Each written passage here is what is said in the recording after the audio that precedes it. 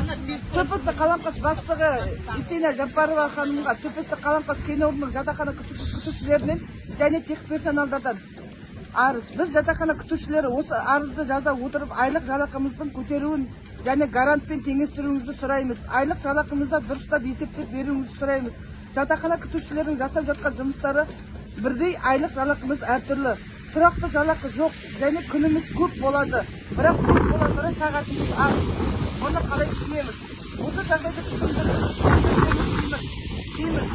Және соғыс пакетімізді Маңғыстау мұнай-газдың соғыс пакетімен теңестіруіңізді сұраймыз.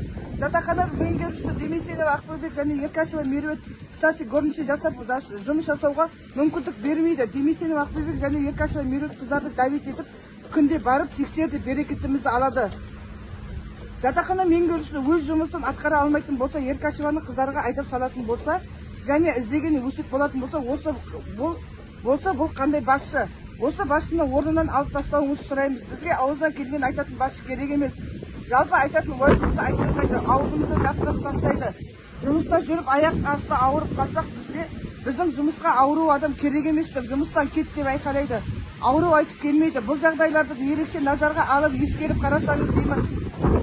Біз жатақхана күтушілері және тех персоналдар Демесенова Ақбөбек, Еркашева Меруерт орындарынан босатсын деп талап етеміз. Демесенова Ақбөбек пенсионер адам орнын босату керек. Қазіргі таңда жұмыс жасайтын жастар көп, орнын жастарға берсін. Тағы да айта кететін жағдай, күтушілердің 6 уақытта сайын ауыстырады.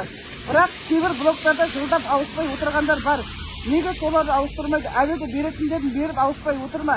Тағы айтатын жағдай, столовыйға уақыт белгілеп қойған.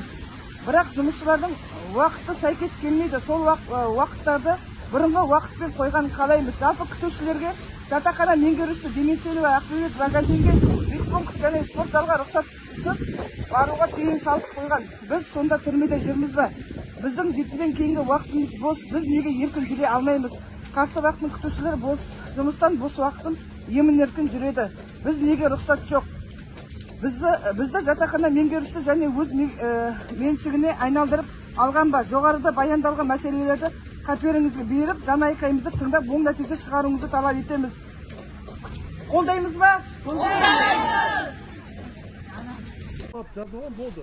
Қандай мекеме болды? Сіз менің жұмысыма кедергі келтіріп тұрсыз. Мен сізге келтіріп тұрмын, мен сұрап аламын. Сіз маған кедергі. Сіз қызмет барысында жүрсеңіз, мен сізді түсіруге құқым бар.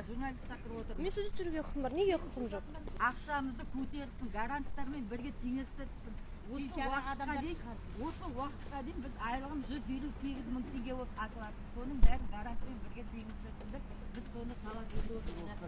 Кәсіпкерліктің мекемесі 2012-ден бері